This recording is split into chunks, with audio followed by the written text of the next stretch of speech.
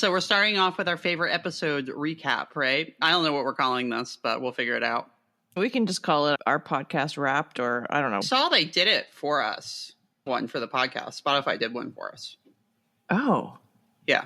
Just for the podcast. Oh, okay. Yeah. So we could share some of those graphics. They're pretty cool. That would be cool. Yep. All right. Not monitoring our email, I see, or you would have seen that. I know. I'm sorry. I'm the worst.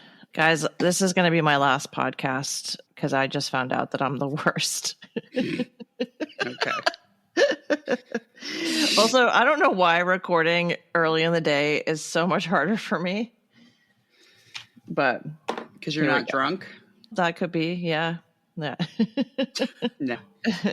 On that note, though, we do have an exciting new logo or t-shirt or sticker thing that we're going to be debuting soon that has to do with horses and beer. So quite excited. Still working on the tweaks for that one. But yeah, stay it's going to be awesome. For my OTTB has more hops than yours. I like that. That could be like a double entendre because sometimes these horses, especially this time of year, get a little hippity hoppity. Yes, that was the intent. Hops for beer and hops for hopping. Okay. Oh boy, this is gonna be a rough one, guys. Merry Christmas. Merry Happy New Year. We hope you like this episode, which is probably going to be a little long. So if you're listening to this when it airs, you've probably just gotten through your Christmas day and hopefully you got everything that you wanted. And yeah. And we're making up for lost time since we skipped last week due to health and holiday reasons. I couldn't talk. It would have been bad. I was just coughing basically for a week. But we're back. Right. We're back. All right. On that note.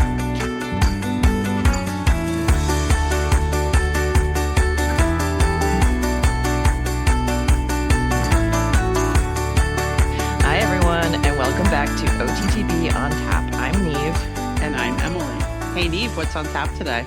We've gained a lot of new listeners lately and had incredible feedback from a poll we ran through our page a few weeks ago. So we sat down to look over our first year of podcasting. It's a little like the Spotify Wrapped thing that they do this time of year.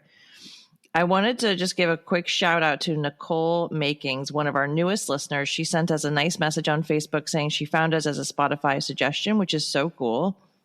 And that totally makes our day. We also have gotten a few new reviews, both on Facebook and Apple Podcasts. And when they pop up, believe me when I say it 100% makes not only our day, but like our week, our month, our year to hear from you in this way. Also, don't forget to shoot us your address and we will send you OTTB on Tap stickers for your reviews. That's all. Yeah, we do get super excited. Depending on who sees it first, we'll send it to the other one. And 6 a.m. and we're texting each other screenshots of new reviews. Yeah, so we just can't even believe that anybody's here listening to us. And so stop that. Anyway, I did start compiling the information of the different episodes that we have produced over the past year, which is over 50, which is amazing.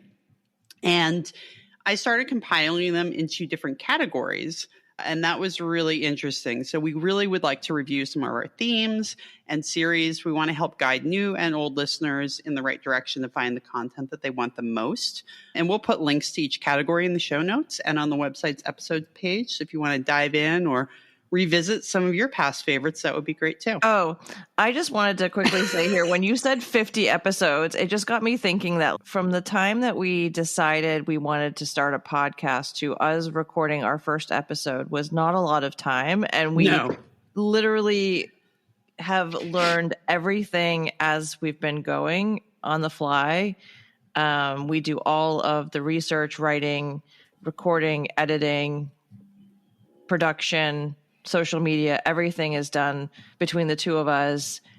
And it's a big undertaking. Emily works a regular 9-to-5 job and I have 3 jobs. And it's really rewarding to know that we have so many listeners out there. Again, going back to the feedback, it's just really cool to hear what you guys have to say about what the podcast has meant to you. And it just makes all the hard work worth it for us. So I think our transformation's been really cool. We started off so timid, and now we actually look forward to recording most of the time. Just not in the morning. Yeah. However, here we are. Yeah. So yes, we're going to talk about our 2024 year in review, share some of our favorite moments. But first, we wanted to take a little trip down memory lane from our time buying and selling off-track thoroughbreds and just give you guys a little taste of what it was like.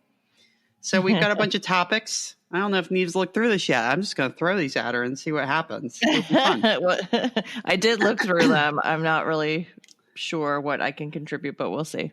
Oh, boy. All right. My first topic that I came up with, something that made buying, retraining, reselling off-track thoroughbreds was matching them with the right person.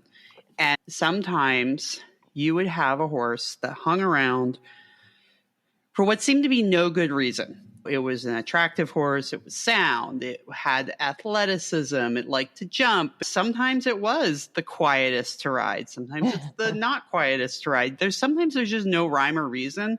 And we'd have these really lovely horses in the barn, and people would come look, and they'd invariably want one.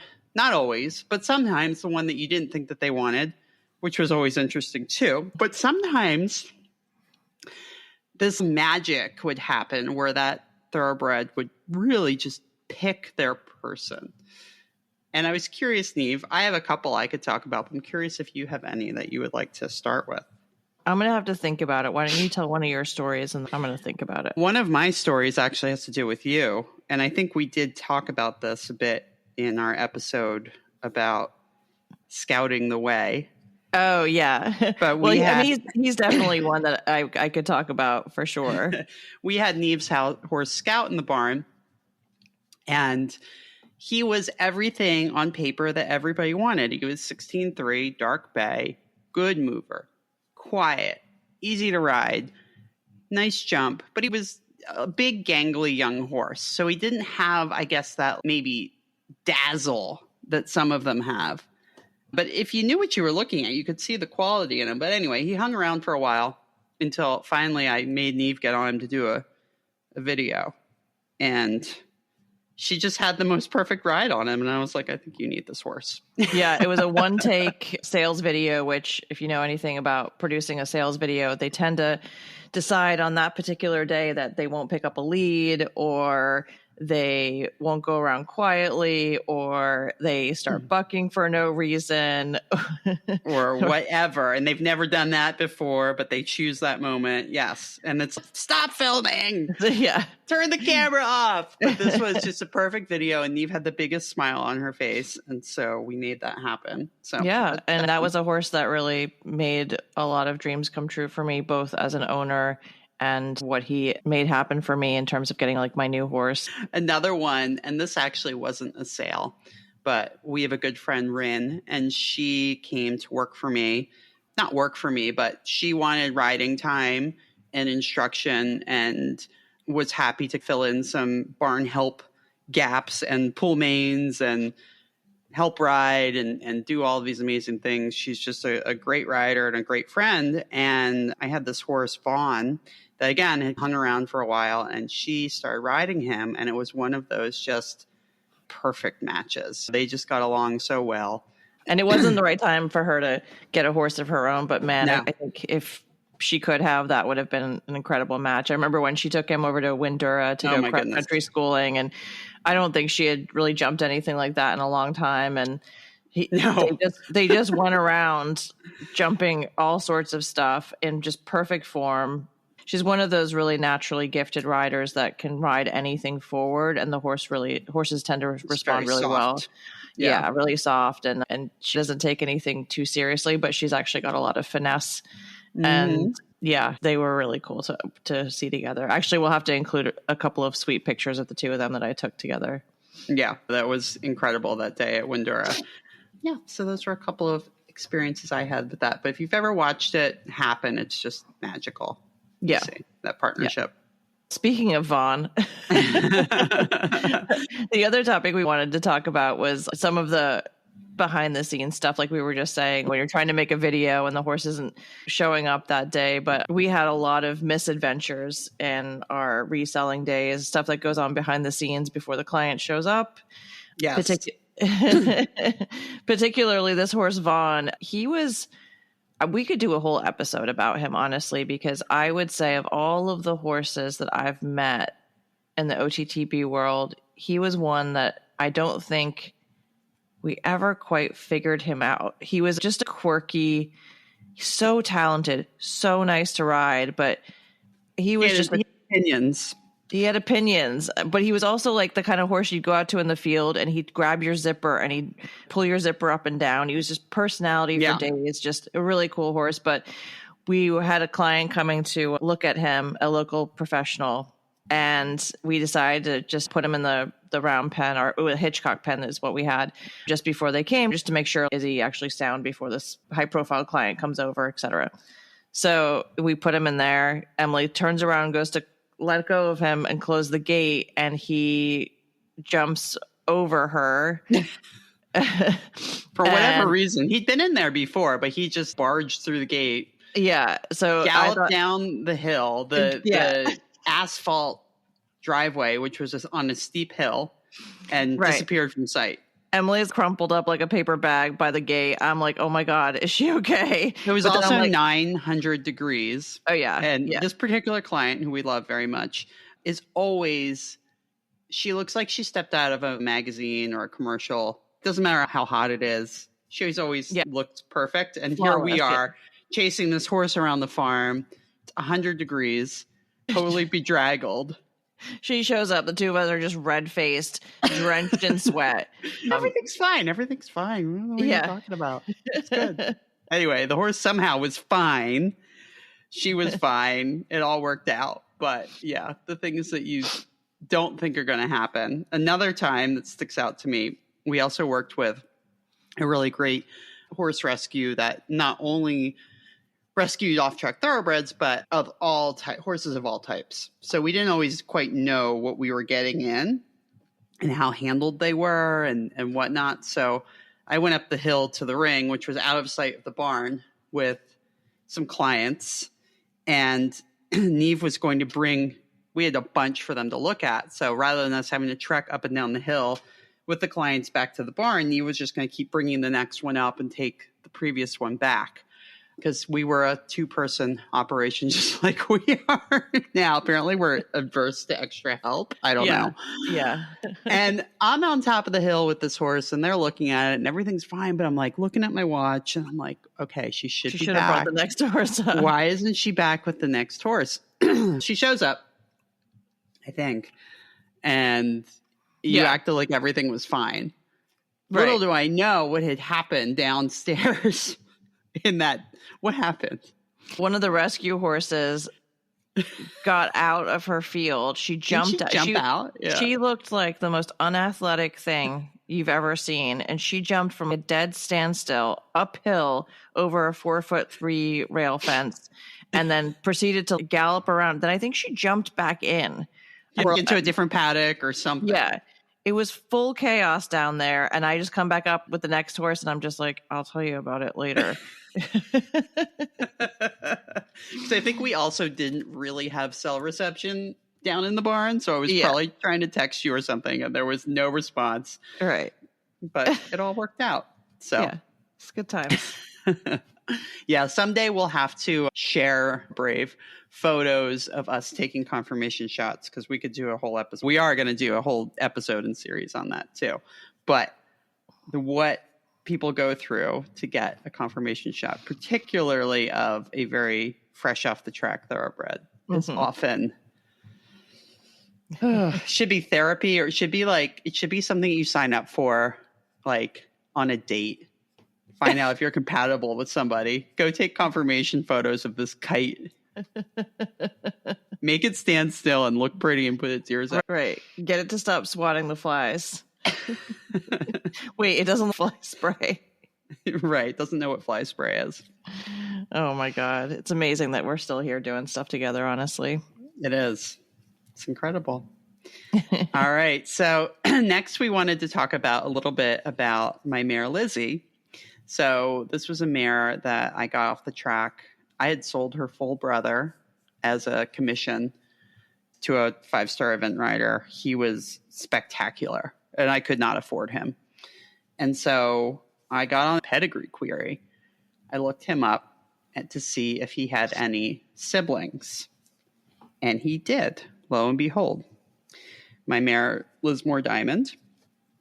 And I had a friend at the track. Finally, she hadn't raced yet. She hadn't had to work, anything.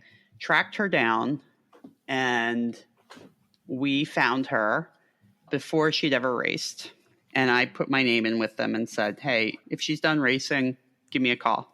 I got a call not much later that she had run one time, and she was a real big, heavy mare, and had, I think, been a bit rushed through the breaking training and getting fit process, perhaps. And unfortunately, she'd injured herself in her very first start. She fractured her cannon bone in a couple of areas. I believe what you would call a saucer fracture. So it wasn't like it cut through the entire bone. It was more of a saucer off the front, but still incredibly painful.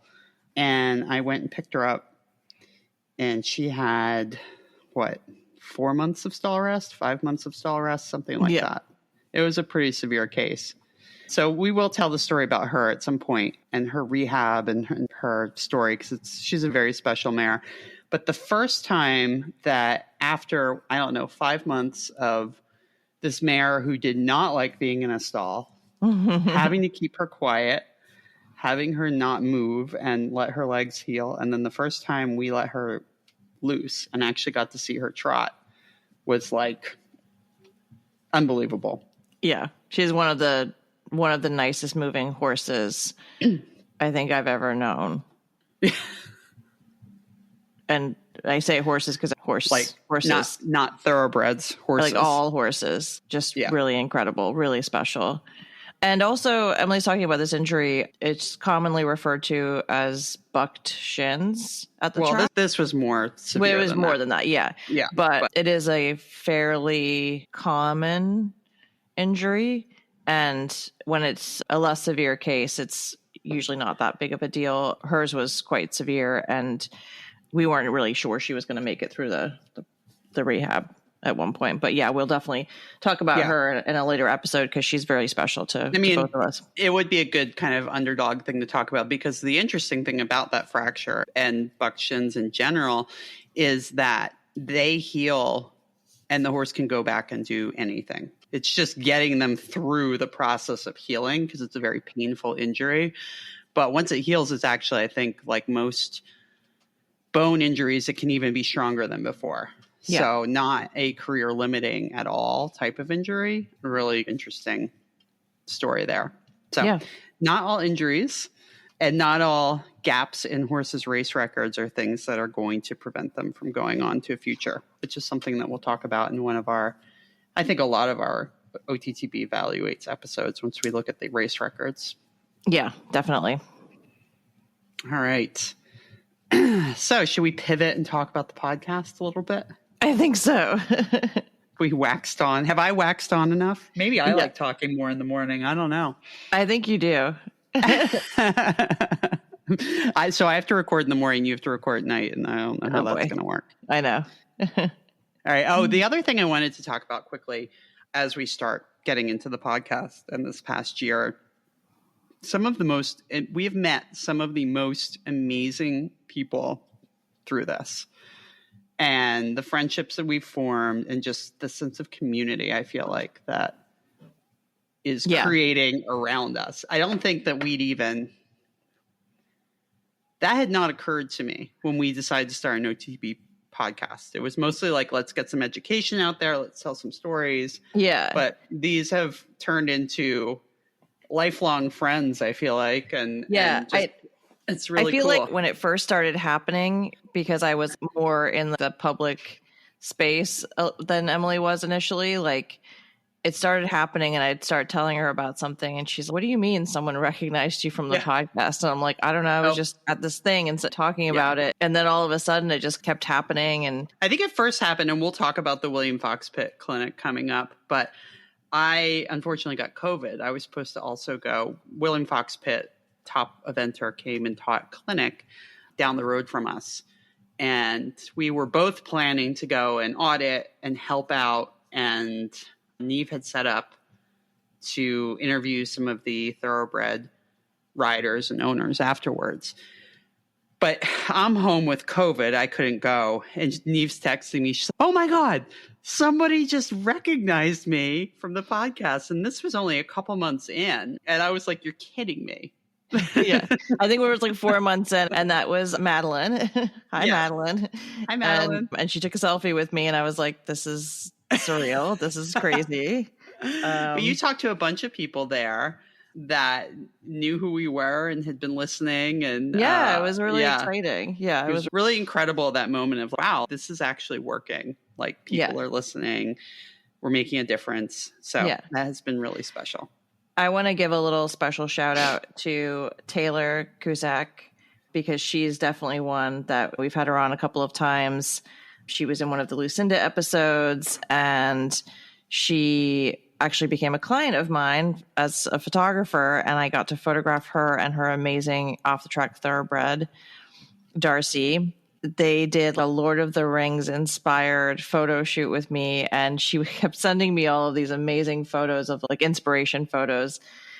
And it was just like bows and arrows and capes and this and that. And she kept saying, just let me know if it's too much. And I was like, if you're looking for me to tell you to pull it back or do less, that's not going to happen. And so I drove down a couple hours away to photograph her and one of her friends, and it was just the most magical photo shoot. And yeah, Taylor's become a very special friend for me and for both of us. But yeah, she's a pretty amazing person. No, it's so cool. I don't know why I just said that like I'm a surfer dude, but unexpected and just really awesome. And I got to meet Taylor for the first time at the Lucinda Green Clinic. And yeah, it was really cool. We hung out, we had a beer, talked about horses, and it just was very cool. Yeah. All right. Shall we talk through our survey results a little bit? Sure. So we put out a survey probably about a month ago, maybe a little longer. If you have not gotten to fill it out, you still can. Just go to ottbontap.com/survey. And just a little note here, though, just nice comments only. Just kidding. No, we really are. So I don't know about Niamh. I can't talk for her, but I actually, in my real life, I'm a user experience designer. So I am constantly reaching out to people for feedback and criticism and ways to make things better and make them how the user would like them to be a bit better. So anytime that I can get data and information about what you like, what you want to hear, your favorite things, your least favorite things. So that's what this is all about. So if you haven't gotten a chance, please go fill it out. It only takes a couple minutes, and we'll put a link in there too, but in the episode notes. But yeah, we wanted to just briefly talk through the results we've gotten so far, which have been positive. I know you're worried, Niamh. Everyone hates us, obviously. It looks like about half of our listeners listen every episode, actually more than half, almost 60%. And then, which I think is amazing, and we love your support. Social media seems to be the top way that people are discovering us. However, it sounds like Spotify is recommending us now. So that was really good feedback to hear. Yeah. We do our best to try and work through using the best types of keywords and whatnot to make us turn up in Google searches so people can find us. So that's very important that we are findable. Let's see. Some of our favorite episodes, which is going to lead into what we're going to talk about next. But we asked what your favorite episode or guest interview was. A lot of people said Jessica Redman, which is no surprise. She's a favorite of ours. And Jessica and I have been talking for years, going back to, hey, I've got this client coming. They're really great. To, hey, I've got this client coming. And Don't let them on anything hot. I don't know about that, but just comparing notes. And so it's been cool to follow that and get to talk with her more, as she is still very much in the buying and selling game. Also, a bunch of people are liking our confirmation evaluations. Windora Camp and Madeline got a shout out. And I really like this. Somebody wrote in and said that they really love listening to June Hillman's episode, as a lot of it resonated with me as the manager of a small thoroughbred breeding and racing operation. They also like Chelsea's makeover episodes as well. So I like that kind of shout out, because we only did one episode with June, but she is such a pivotal part and such a backbone of the breeding, racing, and rehoming industry. Yeah, she's got a hand in basically every single aspect of it. Yes. A lot of shout outs for the makeover trainers. And a couple people actually said they liked the episodes about my past with my old horse, Alex. I think we still have to finish that story, so we'll get to that at some point. So, no, this is really great.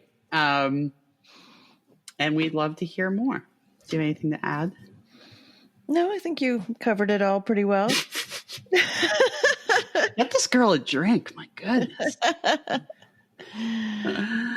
So, the really cool thing to hear, too, was people recognized how nervous we were in the beginning and how we are improving and getting more comfortable, because it was a bit terrifying to have a microphone put in your face. I give our guests a lot of credit. Yeah. Because they're doing this a lot of times once, and how nervous they must be, and they come across as great. So I know. And it's so funny, too, because often the response that we'll get from some of our guests is, oh, I don't know. I don't know if I'm going to be too nervous. And we're like, trust us. We're going to set you up for success. And I try to edit everybody in a way that makes them sound really coherent, and just, we want it to sound really conversational and easy and everything like that. But we do our best to make it like a pretty painless process for everybody. Ourselves included, yes. All right, so let's dig into our different categories of episodes, and we're going to call out some really cool ones that you may be interested in listening to.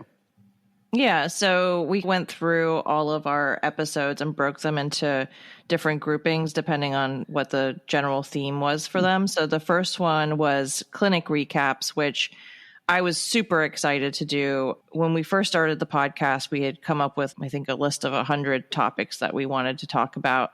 It's funny that we moved away from that list, because we don't need it. It's amazing. We have a never-ending list of things that we want to cover, and it's often swayed by our mood or who we talk to that week or things like that. So I promise you, if you're on the list of people that we've reached out to recently, we are super excited to get you on. But the clinic recaps, I was super excited to do, just because I think it's relatable content. It's the kind of thing where, and actually a lot of the feedback that we got from doing the clinic recaps was, oh my God, it's so nice to hear how other people feel about being in an environment like that with a big name trainer on a off the track thoroughbred, maybe looking around and wondering if they deserve to be there and things like that. So I'm so grateful that we had that experience with all of these riders, and they really varied in their skill level. It's sometimes professionals on green horses or amateurs on a horse that's got more experience and things like that. So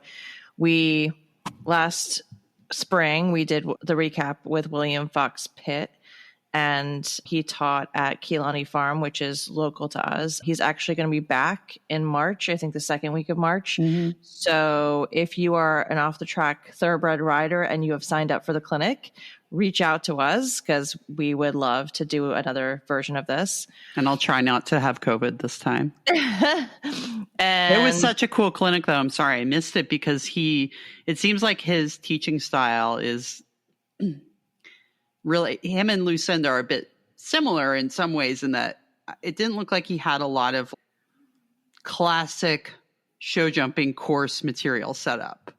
No. It was obstacles to get the horse over.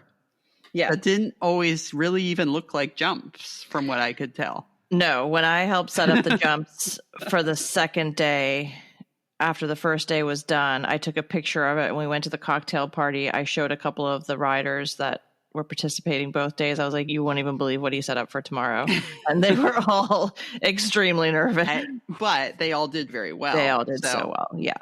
He and Lucinda both want horses that are independent thinkers and riders that know how to funnel the horses, or as Lucinda calls it, squeezing the tube of toothpaste out in front of you and just getting on with it. And it's very cool. But yeah, and then episode 17 is the William Fox pit.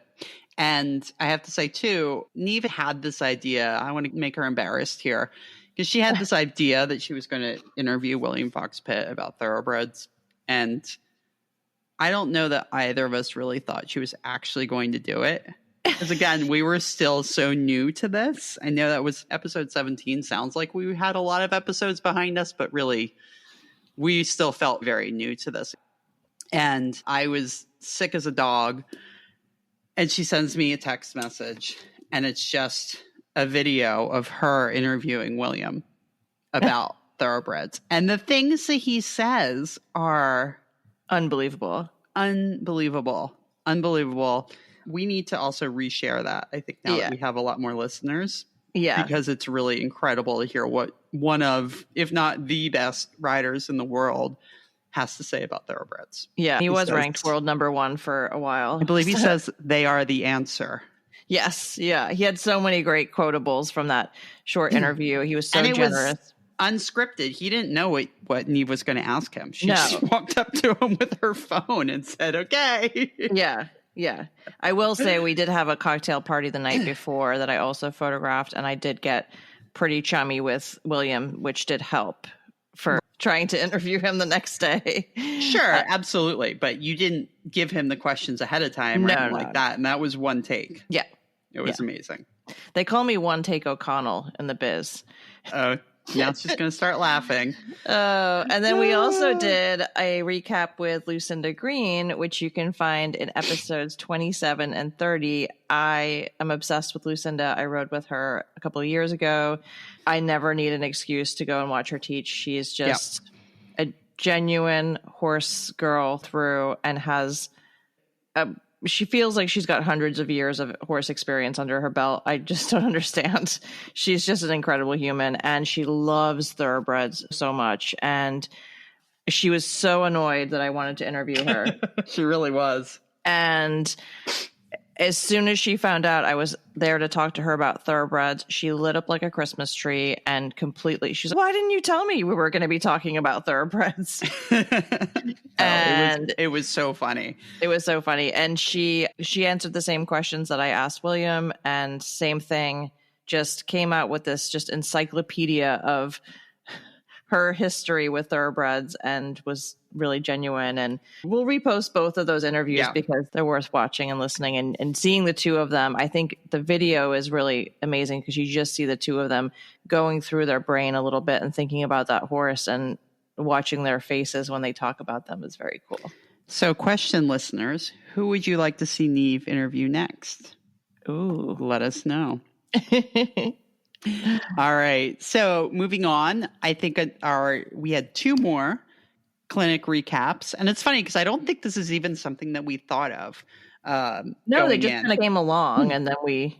Oh, the Lucinda Green episodes are 27 and 30. Oh, yeah, I said and that. And then we had Kathy Goodman and her pressure-proof clinics, which was episodes 27 and 28. And Niamh actually rode in the clinic before we interviewed Kathy. And I don't think either of us really knew what we were getting into, but it was a super fun, at least for me, because I was on the ground. Niamh catch rode a horse that she'd never even seen before. Yeah. In this really cool clinic about learning to deal with pressure and how pressure affects you as a rider, and learning some different techniques. Look those up because I thought it was a really interesting technique. And Kathy was so fun to interview. Yeah, she's great. And then lastly, we had Madeline Conley and her experience at Windura Camp with Boyd Martin, Silva Martin, Peter Wild, and many other professionals, episodes 37 and 38. Really fantastic interviews. I thought Madeline was wonderful, personable, so easy to talk to. Yeah, Madeline's amazing. And we do want to have, or I would love to ask Boyd the three questions. Not quite as famous as William Fox Pitt or Lieutenant but he is more of a celebrity in the sense that he's a tough person to get a hold of. Yes. You may just have to corner him at a horse show. I'm going to have to. I think that's what's going to have to happen. Or maybe the next time Madeline comes up to ride with him or something. Yeah. Have to corner him because he is such a great proponent of the off-track thoroughbred. Yeah. All right. What's our next category? Pretty special category. We do have something coming up for this in the month of February, but aftercare organizations, which are near and dear to our hearts. If it wasn't for aftercare organizations, I think the cycle of racehorses would be greatly different. My personal RRP hopeful horse, Oscar, came through Turning for Home, and that's a organization that we would love to sit down with their leader and speak with her about that organization. But let's talk about which ones have we done this year. Wait. Yeah. So we started with episode 10. We interviewed Bonnie McRae from After the Races. Yeah. And they are local to us. They were located in Fair Hill? Yeah. Fair Hill, Maryland area. I think they are still in Fair Hill and Oxford, and they focus on rehab and rehoming thoroughbreds. They often do a good bit of retraining on them. So that is a really wonderful organization to check out. And Bonnie also was awesome to have on. She tells a couple of really great stories, including her ride in the Mongolian Derby, which sounds just wild. Yeah. So check out episode 10 for that. And then one that was very special to us was more recently. Yeah, that was Pastured Place and Allie Rawls. Season 2, episode 2. We learned more about how they put together their 501c3 organization and went from being a racing group that loves racehorses and cares for them afterwards to a proper aftercare organization. They're doing incredible things in the thoroughbred world. They're a real standout in the industry, and I think quite a benchmark for other racing groups to try to pattern their businesses through. Yeah, absolutely. They've come along very quickly in only a couple of years, and they have just a really fabulous aftercare program. So check out Pastured Place, season 2, episode 2 for that one.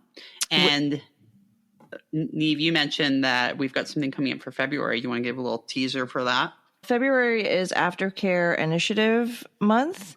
And so we're hoping to do a bunch of little mini-sodes about aftercare organizations in the United States. So if you have an organization that you'd like to nominate, please let us know.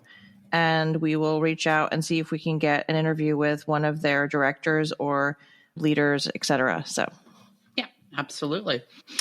Next, and so here's what an interesting thing.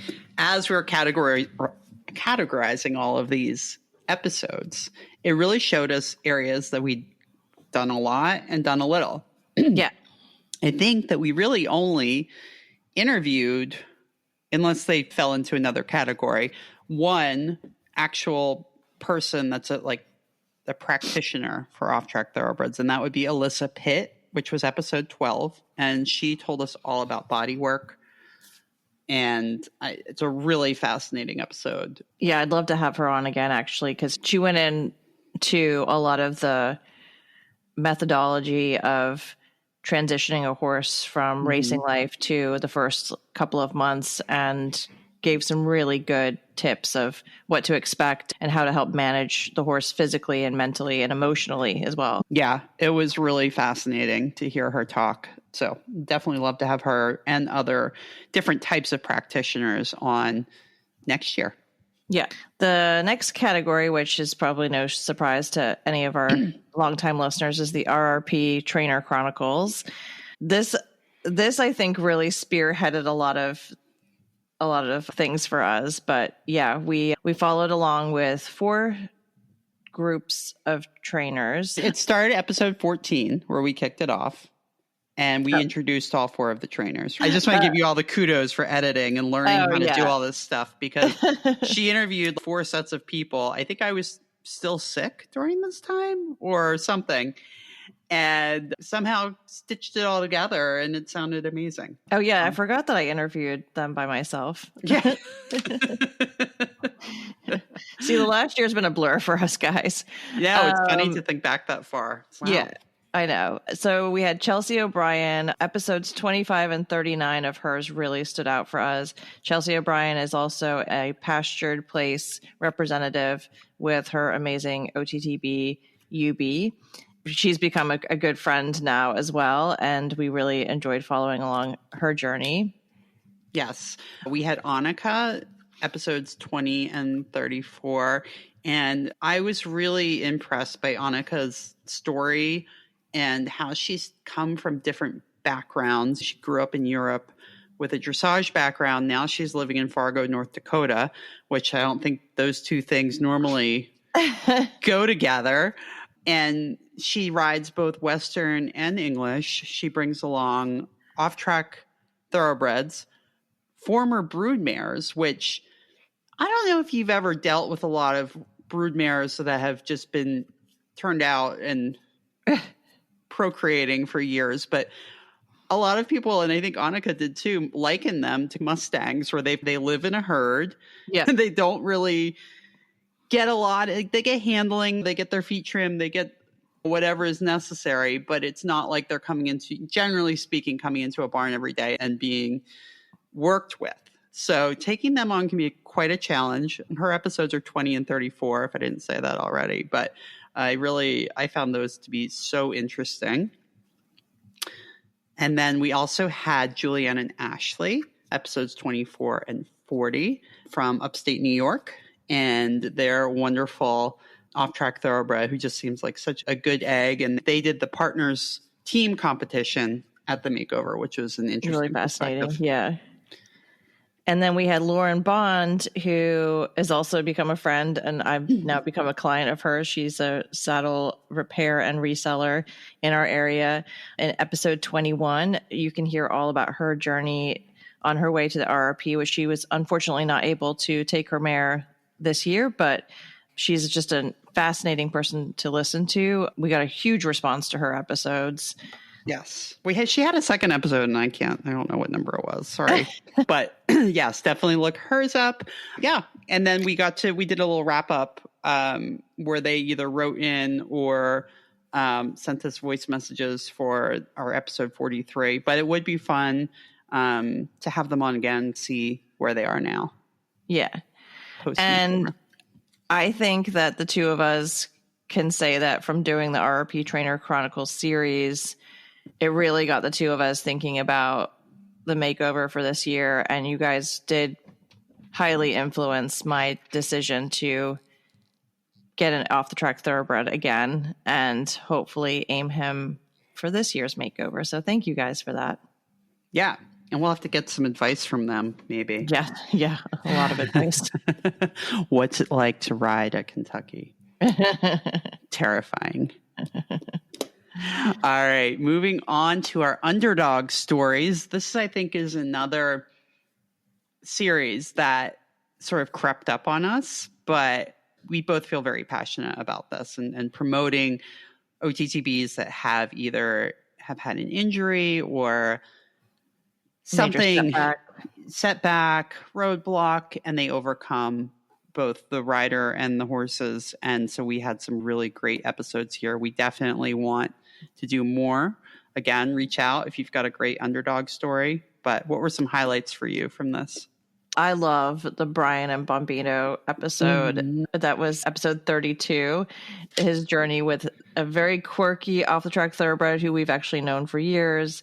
He's just got a huge personality, and he's so funny and so positive. He makes you feel like you can do anything. In fact, he actually helped me get up the nerve to interview William Fox Pitt. We'll have to do a check-in with him at some point because I know that they have actually been back out competing after their setback this year. Yeah. We also had a great episode with Caitlin about El Patron, her thoroughbred, who was actually bred at the farm that Niamh and I keep our horses at now. That was episode 36. We loved interviewing Heather Gillette and her OTTB Vinny. episode 19. We'd love to catch up with Heather again too, see how they're doing. I know they had a little bit of a setback this year after Kentucky, but it sounds like he's come back stronger than ever. So fingers crossed for them. Yeah. And then we also had in season 2, episode 5, Juliana and Niamh, who participated at the RRP this year after setback, both for Jules and for Niamh. But his journey through kissing spine surgery and rehab is definitely one to listen to. Yep. And then we also can't leave out, I don't think we specifically tagged this as an underdog story, but Kirsten and Tango, episode 26, was a really fabulous one. She's got a great story. And that was one of Niamh's personal horses that ended up being an advanced level event horse. So yeah, pretty cool. And actually he recently sold to a girl who just had her first competition with him and finished on her dressage score, and he looks absolutely incredible. And so it's just really cool to still be able to follow along with him. Yeah, it's really cool. That is one of the great things about Facebook and social media is how you can creep from afar your past horses. Yeah. All right. So we have another category here, which we're calling resellers, but I think that we actually didn't interview a whole bunch of resellers this year. It's something that I think we'd like to expand on, maybe have a little roundtable session. We had June Hillman in episode 31, which is fabulous to hear how she gets to know them from conception through birth, through being the cutest little babies to going out and racing and then coming back, and then she can rehome them. So love that episode. But we also have Jessica Redman, who's had several episodes with us. Yeah, and Jessica has been incredibly generous with her time and to allow us to pick her brain a little bit and get some behind the scenes information about what her world is like and talk about some of the struggles and the ups and downs of the reseller world, and just to be really open and forthright about it's a difficult industry and it's rewarding in its own right, but also incredibly challenging. And the fact that she's persevering and still out there buying and selling is really incredible. And so we really appreciate her taking the time to join our podcast. Yeah, absolutely. She does not shy away from the tough topics, which is fun. It's refreshing. Yeah. We've covered everything with pricing and first rides, how she feels about how to buyer be a etiquette. buyer. Yeah, buyer etiquette. And then she, like Niamh was saying, very generously gave her time to talk about bloodlines and market trends. So we really appreciate her clear, no nonsense approach and hope to collaborate more with her in the future. Yeah. Yeah. Then we launched a brand new series as if we didn't have enough to do here. Yeah. My goodness. We're almost done, guys. I promise. Our OTTB on Tap Evaluate series. We launched that on a whim and it was a hit like everything else. But we put out a post and said, hey, submit your horse's jockey club name and a confirmation photo and we will tell you what we think about it. Yeah. And don't tell us anything else about your horse. And we're going to see if we're right or not. Yeah. And it was mostly because this is all we do is send each other photos and confirmation photos and pedigrees. And we've just been doing it. I would say we made this joke last episode, I think, about the amount of open tabs in Equibase I had open on my phone, which was like over 100. And we've been honing our eye for a long time, honing our understanding of bloodlines and things like that. And obviously there's outliers and exceptions to every single thing. And as Emily is probably going to say, you don't ride the bloodlines and things like that.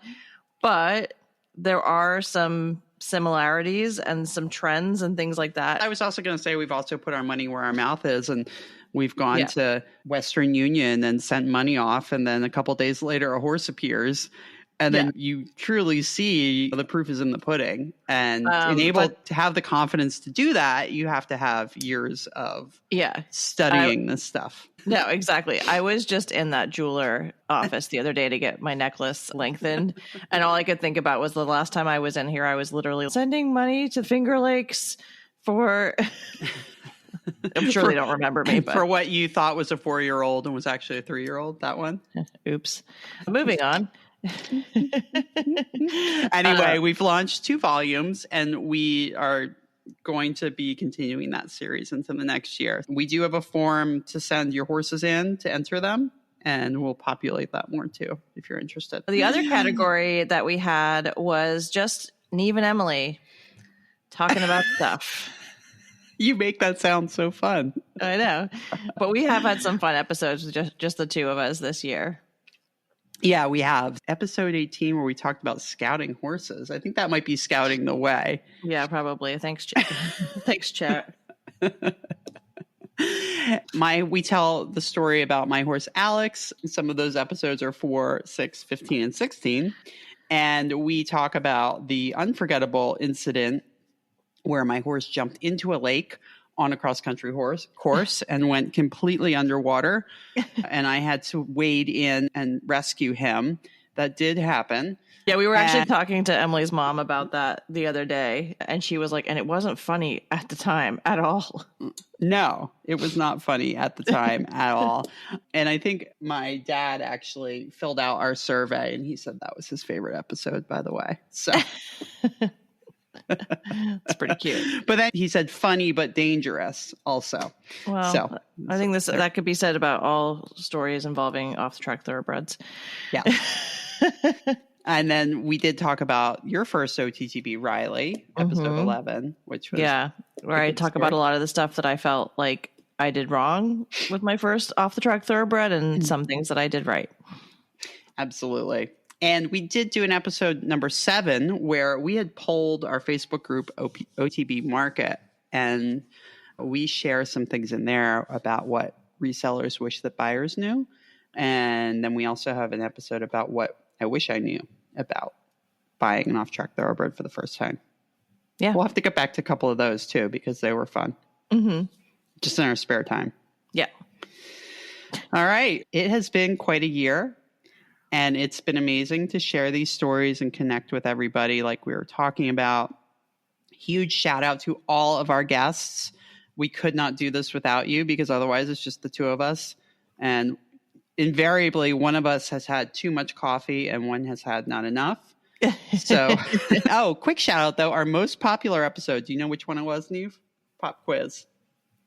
I'm going to guess it was Jessica Redman. Yeah, I think it was episode 8, Assessments and First Rides, the Benchmark Way, has been our highest number episode so far. So we can't wait for more. And yeah. Yeah, we're so grateful for all of you guys. And we can't wait to bring you even more fun stuff in 2025. All right. Don't forget to subscribe on OTTBOntap.com. Leave us a review. We'll send you stickers, but you got to let us know your address for us to do that. And yeah, we do post a lot on social media. We are on Facebook, TikTok, Instagram. I think our Facebook group is probably the one where we post the most updates. So if you're interested in things between episodes or if we have to take a week off, and we also do a lot of teasers on there. So find us on Facebook and you'll get the most up-to-date information and join our mailing list, of course. But until next time, cheers.